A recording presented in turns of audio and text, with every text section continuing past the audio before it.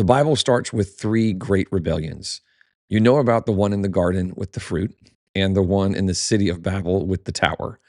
But we spend so much time looking at the fall of man and the scattering of the nations that we often miss the invasion of the kingdom in the days of Noah. So today I'm going to tug on that thread, the one that most preachers are too afraid to touch. And let's see if this story unravels. If you grew up in church like I did, you've probably heard a very polite, sanitized version of Genesis chapter 6. You probably know the story I'm talking about, sitting right before the flood narrative, where we're told that the sons of God saw the daughters of men and took wives for themselves. In Sunday school, I always was taught that this was a simple cautionary tale about dating, where the sons of God were the good guys and the line of Seth, and the daughters of men were the bad girls from the line of Cain. Basically, the lesson was that good boys shouldn't marry bad girls, or the world will get so wicked that God has to wash it all away. It's a nice, tidy little moral lesson that fits perfectly in a 15-minute study between playtime and snack time, but there's a massive problem with that interpretation. It doesn't fit the text, and it definitely doesn't fit the worldview of the ancient Israelites who wrote it. When the Bible uses the phrase Bene Elohim, the sons of God, it isn't talking about Seth's grandkids. It's talking about something much older and much more terrifying. We're looking at a cosmic boundary being crossed, a sort of divine firewall being hacked by spiritual beings. The text isn't describing a bad marriage between two human families either. It's describing a family infiltration. We're talking about members of God's own heavenly administration, called the Divine Council by some, leaving their assigned stations to mix with humanity. It's a rebellion that changed the genetic landscape of the ancient world, like old mythology meets sci-fi genetic engineering. But to understand why this matters and why it sets the stage for everything from the Tower of Babel to the giant clans in Joshua to the casting out of demons in the Gospels, we have to know who these guys are. We have to figure out who is on the payroll in heaven, so to speak, and who went rogue. Now, before we get too deeply into this ancient sci-fi story, no, not ancient aliens, just ancient sci-fi, I want to say a quick thanks to you for watching. If you want to support what I do with this channel, which is just telling Bible stories and teaching Bible truths, I've got two options for you. You can grab one of my official hats, kind of like this one. There are a few designs. They're $20 each one, and you can purchase them at the link in the description. You can also join as a channel member. Members get access to weekly videos that are pure deep dives into these topics. They're a little more casual, a little more detailed, and usually filmed on my porch when the weather's nice here in Florida. And every once in a while, I'll also post a members-only post, like a poll or an update that just members get to see. Now, before we open the file on the Sons of God, we need to check our investigative gear.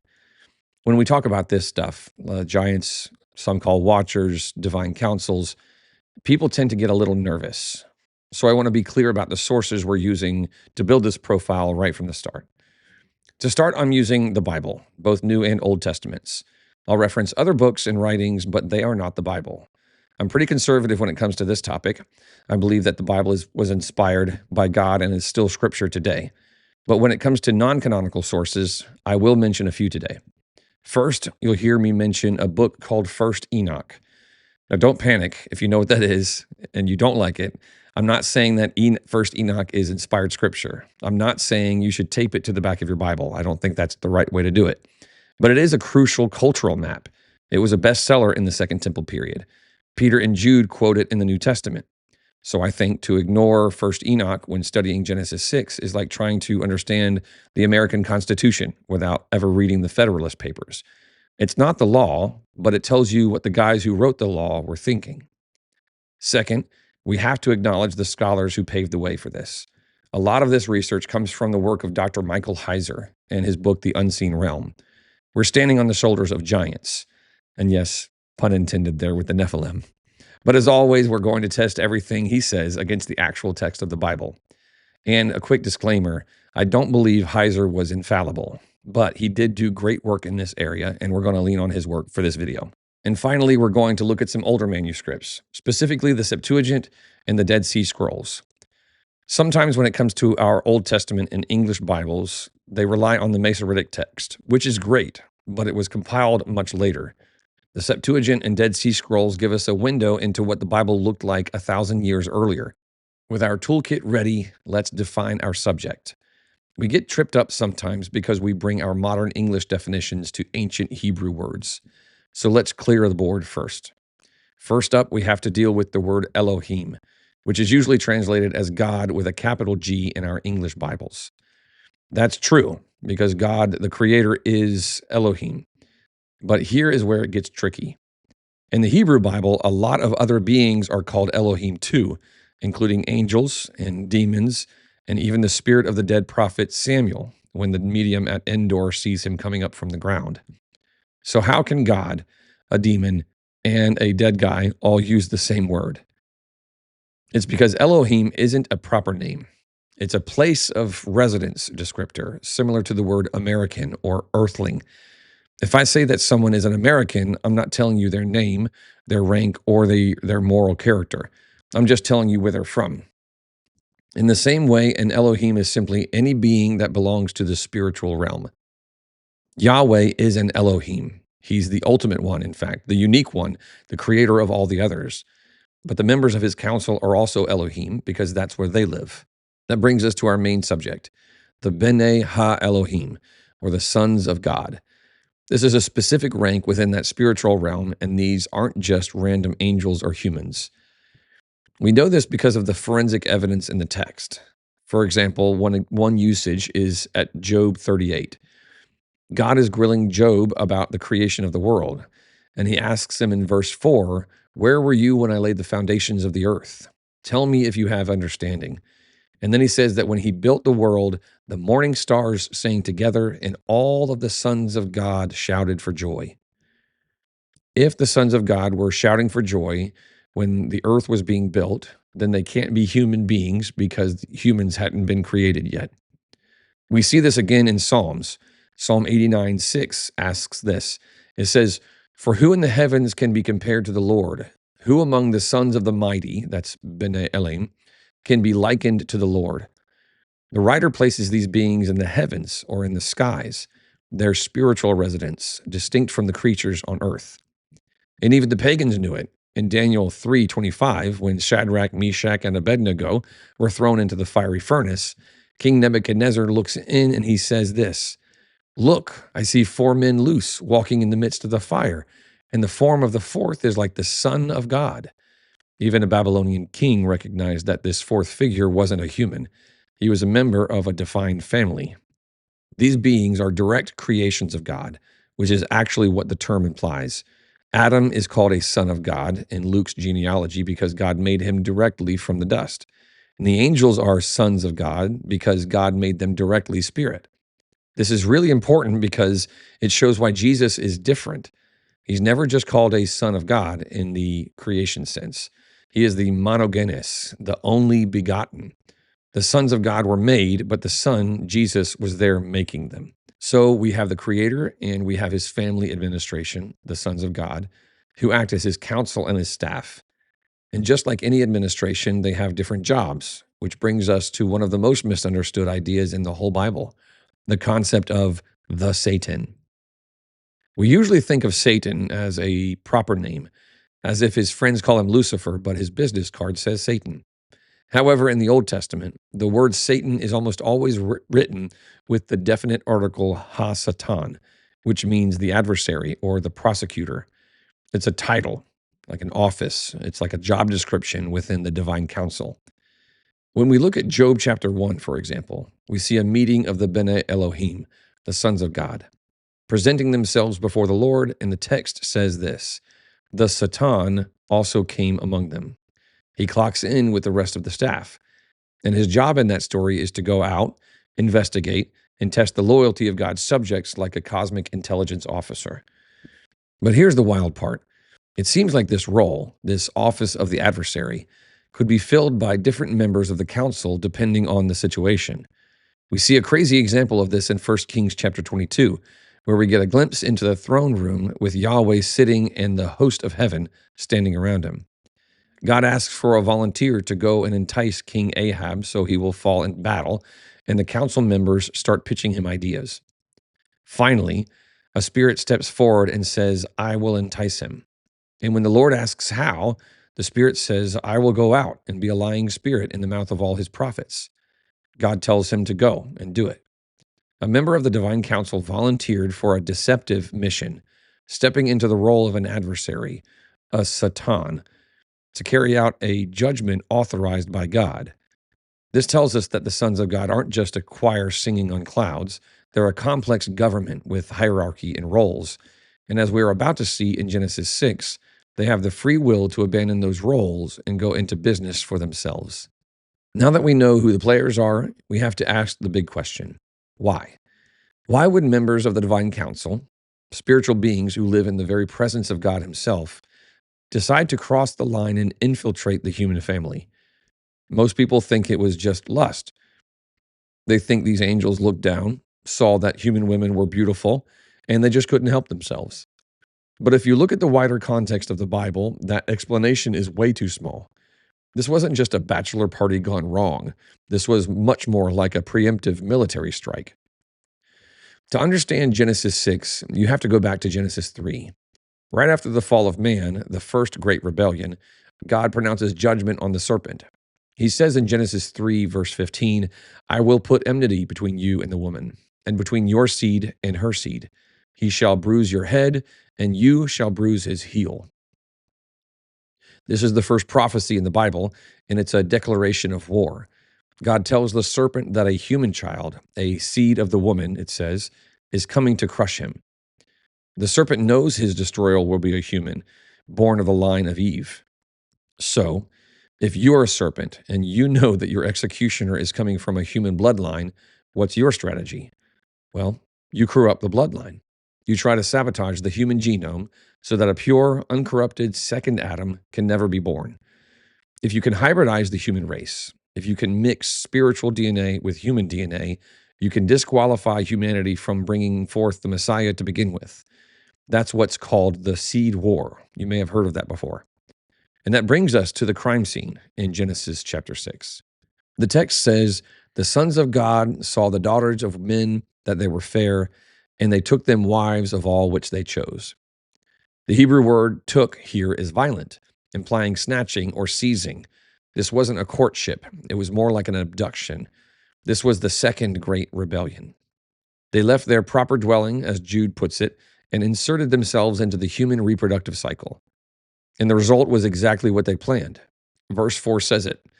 There were giants in the earth in those days, when the sons of God came in unto the daughters of men, and they bare them children. The same became mighty men which were of old, men of renown. The Hebrew word for giants is Nephilim, which comes from the root nephal, meaning to fall. Some scholars translate it as the fallen ones, but in the context of the grammar, it likely means the one who causes others to fall, or simply the giants. These weren't just big basketball players. The text calls them Gibborim, mighty ones. In ancient mythology, these are the demigods or Hercules figures. They're hybrids, part human, part divine, and very dangerous. They were biological anomalies that were never meant to exist, a violation of the cosmic order of kinds that God established in Genesis 1, and they were taking over. This should change how we view the flood, too. We usually think of the flood as God getting angry because of human sin, treating it as a story about moral failure in humanity. And yes, the text says that wickedness of man was great. That's definitely part of the reason. But look closer at how the Bible describes Noah himself. Genesis 6:9 says that Noah was a just man and perfect in his generations. The word perfect here is tamim. It's the exact same word used later in Leviticus to describe a sacrificial lamb, meaning without blemish or physical perfection. It doesn't just mean that Noah was a nice guy who went to church. Of course, there wasn't church. It's a joke. It means Noah was genetically uncontaminated. His pedigree, his generations, hadn't been corrupted by the incursion of the angels. He and his family were the last remnants of the pure human stock that could still produce the Messiah. So when God sends the flood, it isn't just an act of anger. It's an act of preservation. It's a quarantine. God has to wash away the infection to save the patient, destroying the hybrid population to preserve the seed of the woman. If the Nephilim were allowed to continue spreading, the human image would have been erased, and the seed promised in the garden would have never arrived. The flood was a hard reset to keep the promise alive. But what happened to the ones who started it? The human bodies of the giants were destroyed in the water, but the sons of God, the spirits who were orchestrating this rebellion, couldn't drown. So where are they? The New Testament gives us the answer, and it uses a word that should make your ears perk up if you know your Greek mythology. 2 Peter 2:4 says, "For if God spared not the angels that sinned, but cast them down to hell and delivered them into chains of darkness to be reserved unto the judgment," he continues on from there with a promise to the righteous that God would save them. But the word Peter uses here for hell is not Hades or Gehenna. It's the verb tartaru. He says God tartarused them. He threw them into Tartarus. That's kind of hard to say. That was my third take trying that. In Greek mythology, Tartarus was the deepest pit of the underworld, the prison specifically built for the Titans, the old gods who rebelled against the order of heaven. Peter is telling his readers exactly who these guys are. They're the Watchers, the rebellious council members who crossed the line. And Jude 1:6 backs him up. It says, "And the angels which kept not their first estate," that's where they lived, "but left their own habitation, he hath reserved in everlasting chains unto darkness, unto the judgment of the great day." They're locked up in Gen Pop, you could say, in the abyss, awaiting their final sentencing. But here's the scary part. Their children, the Nephilim, died in the flood. Their physical bodies were destroyed, but they were half spirit. So what happens to the spirit of a Nephilim when its body dies? It has no place in heaven because it isn't an angel, and it has no place in the natural order of the earth because it isn't human. So it wanders. This is where the ancient Jewish theology of demons comes from. In the Second Temple period, the theology that Jesus and the disciples grew up with, demons were not fallen angels. The fallen angels are in chains in Tartarus. Demons are the disembodied spirits of the dead Nephilim. They're the bastards of history, roaming the earth, looking for a body to inhabit because they lost theirs in the flood. That's why they're always looking for a house in the Gospels, and why they beg Jesus not to send them into the abyss. They know that's where their fathers are. So, we have the Watchers in chains, the demons on the loose, and humanity restarting with Noah. But as we're about to see, the seed war didn't end with the flood. The waters receded, but the enemy's strategy just evolved. Because right after the boat lands in the mountains of Ararat, we run into the third great rebellion. And this one happens in a city called Babel. We've looked at the rebellion in the garden, and we've looked at the rebellion in the days of Noah. But if you want to understand the spiritual map of the Bible, why there are other gods in the Old Testament, and why the nations are always fighting against Yahweh, you have to understand the third rebellion. You have to understand what really happened at the Tower of Babel. Most of us know the Sunday school version. People tried to build a tower to heaven. God got offended by their pride, and so he scrambled their languages and scattered them. It sounds like a story about architecture and linguistics, but if you dig into the Hebrew text, specifically in the book of Deuteronomy, you find out that it's actually a divorce decree. Deuteronomy 32, verse 8, is probably the most important verse that you've never heard a sermon on. In most of our modern Bibles, it says that when the Most High divided the nations, he set their boundaries, and this is where it quotes, according to the number of the sons of Israel. But there's a massive problem with that translation. Israel didn't exist yet at the time of Babel. When we look at the older manuscripts, the Dead Sea Scrolls and the Greek Septuagint, we find the original reading. It says God divided the nations according to the number of the sons of God. This changes everything. This wasn't just God confusing their speech. It was God handing them over. The text is telling us at Babel, Yahweh formally disinherited the nations. He decided that if they didn't want to follow him, if they didn't want him as their father, he wouldn't force them. So he assigned them to the management of members of his divine council. He put the nations of the world under the authority of the sons of God, lesser spiritual beings who were supposed to administer justice and lead the people properly. This is confirmed in Deuteronomy 4, verses 19 to 20. Moses is warning Israel not to worship the sun, moon, and the stars. He calls them the host of heaven, because Yahweh has allotted them to all the peoples under heaven. God basically said, fine, you want other gods?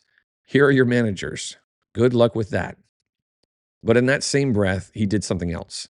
He disinherited the 70 nations at Babel, but he created one new nation for himself. He called a man named Abraham out of Ur and started a new family line, Israel. This is the cosmic disownment. God disowned his human children and started over with Abraham. Israel became Yahweh's portion, his private estate, while the rest of the world was outsourced to the divine council. And this explains every other religion in the ancient world. Have you ever wondered why every ancient religion, the Egyptians, the Babylonians, and the Greeks, they all had a pantheon of gods that looked suspiciously similar? They all had sky fathers and storm gods and warrior deities. The Bible doesn't say those gods were imaginary. It says the opposite, in fact, that they were real and they were rebels. The sons of God, who were assigned to manage the nations, decided they didn't want to be middle management anymore. They wanted to be the CEO. They stopped pointing people to Yahweh and started accepting worship for themselves. This is why we see Ra in Egypt, Marduk in Babylon, and Zeus in Greece.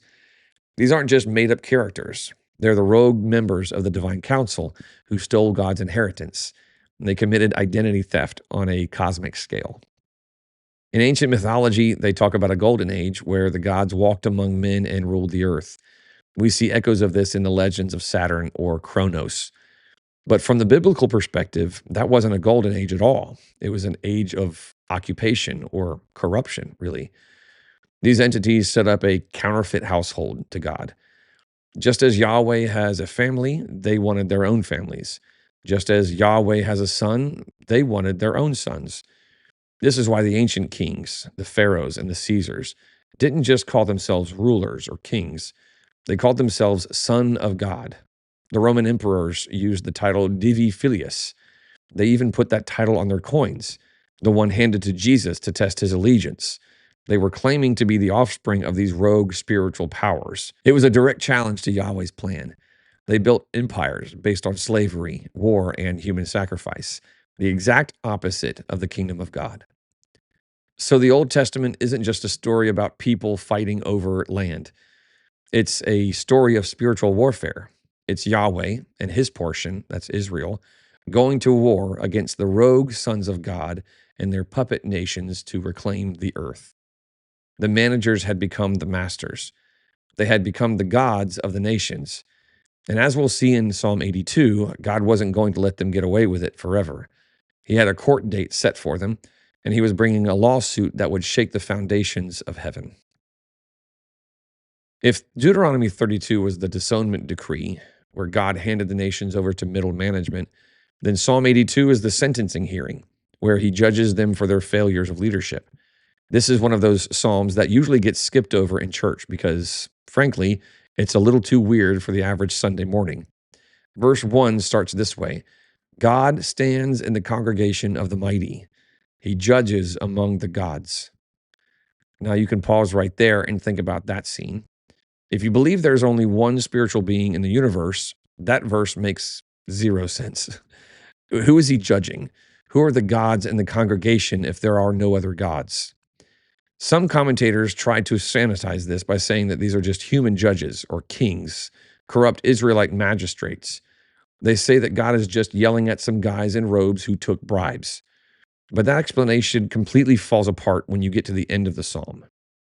In verse 6 and 7, God says, I said, you are gods, and all of you are children of the Most High, but you shall die like men and fall like one of the princes. Think about the logic of that sentence for a moment. If God's talking to humans, why would he say, you shall die like men? That would be like me telling you, because you messed up, you're going to breathe air like a mammal. It's redundant. Humans already die like men. It's not a punishment. That would just be biology. The punishment only makes sense if the beings he's talking to aren't men. I believe he's talking to the Elohim here, the sons of God who are assigned to the nations back at Babel. So what are the charges? Why is God so angry at these gods? He charges them with failed leadership. In verses 2 through 4, he asks, how long will you judge unjustly and show partiality to the wicked? He tells them they were supposed to defend the poor and fatherless, and deliver the poor and needy. These spiritual beings were assigned to the nations to point them toward truth and justice, to be placeholders until the seed would come. But instead, they went into business for themselves. They accepted the worship that belonged to the Father. They became the very idols they were supposed to protect the nations from. Instead of leading the Egyptians or the Babylonians to righteousness, they demanded blood sacrifice. They instituted chaotic wars and enslaved humanity to fear. They walked in darkness, and because of them, the foundations of the earth are unstable, it says. So Yahweh passes sentence. This is the eviction notice. He acknowledges their status. He says that you are gods. That word there is Elohim. But he revokes their tenure. He says, you shall die like men. He tells them that they're being evicted from the household. They are losing their sonship. They're no longer family. They're fugitives.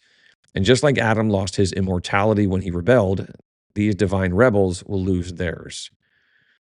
But here's the catch. A judgment is just words on a page until someone enforces it. God pronounced the sentence in Psalm 82, but the nations were still under the grip of these dark powers for centuries. The gods were still on their thrones in the spiritual realm, ruling over the nations. This sets the stage for the arrival of Jesus and the events of Pentecost. It wasn't enough to just declare the enemy illegal. God launched a plan to personally visit the occupied territories and start the reclamation process himself. That is exactly what we see when we turn the page to the Gospels. We usually think of Jesus coming to save us from our personal sins, and he absolutely did that.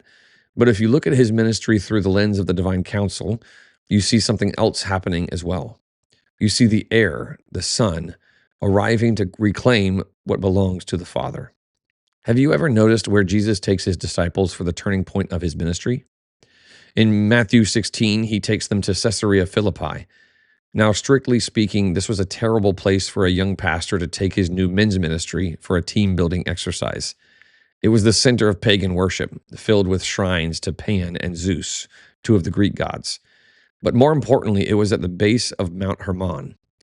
If you remember from 1st Enoch and the ancient traditions, Mount Hermon was ground zero for Genesis 6. It was the mountain where the Watchers descended and the headquarters of the rebellion. Jesus takes his disciples to the enemy's front porch here. He stands there at the gates of hell, which is literally a cave at the site believed to be a gateway to the underworld. And he makes his declaration. He asks them, "Who do you say that I am?" And Peter replies, "You are the Christ, the Son of the living God." And then Jesus says, "Upon this rock I will build my church, and the gates of hell shall not prevail against it." He wasn't just talking about Peter being a rock. He was standing on the rock, Mount Hermon. He was looking at the headquarters of the cosmic rebellion and saying, "I'm building my kingdom right here. I'm taking this mountain back." And what happens next? 6 days later, Jesus goes up that high mountain and is transfigured. He peels back the veil of his humanity and reveals his uncreated glory, shining like the sun while Moses and Elijah show up. The voice of the Father booms from heaven. "This is my beloved Son, in whom I am well pleased. Hear him." Do you realize what that was? That wasn't just a light show for the disciples. That was a declaration of war to the spirit realm. Yahweh was showing up at the site of the Watchers' rebellion, introducing his true son. He was saying to the fallen sons of God, "You guys failed. You rebelled. You corrupted the world. Now look at my son. He's the loyal one. He's the king, and he's here to take it all back." This is why the demons were always terrified of Jesus. They knew who he was, and they knew about Psalm 82. When the demoniac in the synagogue screams, "Have you come to destroy us?" he isn't asking a rhetorical question.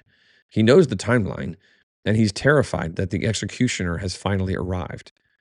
The ministry of Jesus was a strategic campaign to bind the strong man and plunder his house.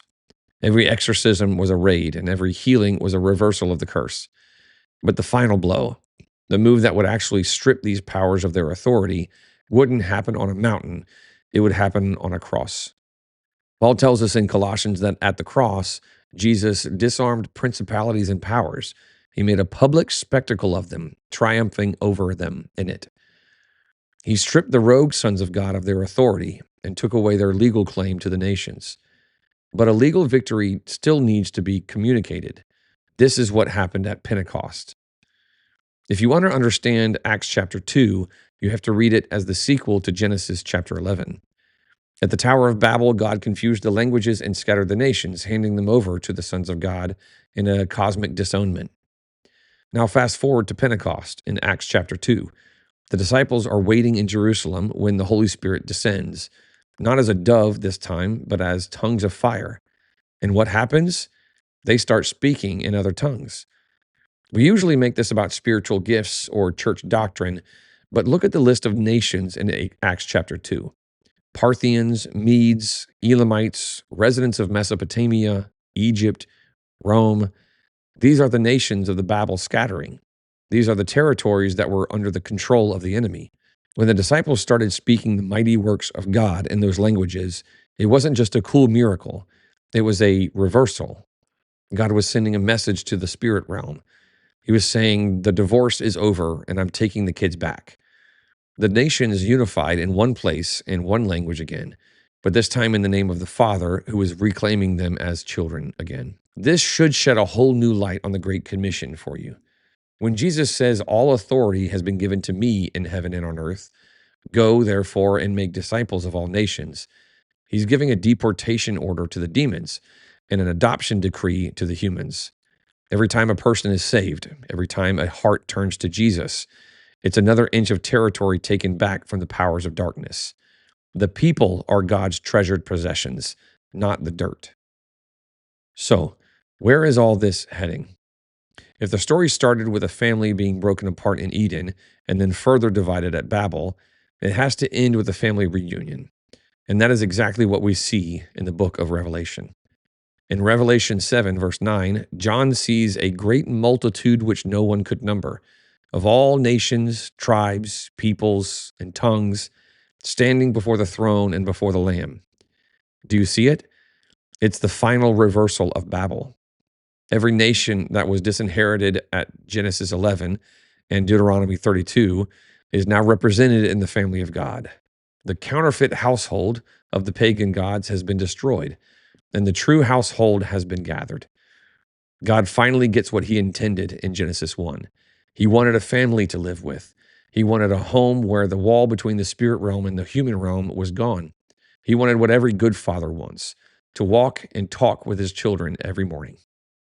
The rogue sons of God, the watchers, those rebels, tried to build that family the wrong way, through domination and corruption. But the true son, Jesus, built it the right way, through sacrifice and redemption. And in the end, the house wins. So why does any of this matter? Why should you care about ancient giants or rebellious angels or a divine council? Because it changes how you see your own story as part of the grand story of history. If you ignore this weird stuff in the Bible, the gospel is still true, but it becomes much smaller. It becomes a story about how God can forgive you personally, individually. And that's great. I mean, we need that forgiveness. I'm very grateful for God forgiving me for my sins. But when you zoom out and you see the story of the sons of God and the nations and God's work to reclaim his family, the gospel becomes epic. It becomes a story of a cosmic king launching a rescue mission behind enemy lines to reclaim his lost children. I hope this journey into the sons of God has been encouraging to you. The world can feel chaotic at times, like the gods are still in charge. But the Bible tells us the verdict has already been read. The victory has already been won. So if you enjoyed this deep dive and you think other folks would be blessed by it, do me a favor and hit that like button. It's a huge help to get this video out to more people. And if you want to go deeper, consider becoming a channel member. Like I mentioned earlier, members get access to the meat, the raw research and detailed studies where we really get into the weeds of these texts. Thanks for walking this path with me. Keep digging, keep reading, and I'll see you in the next one.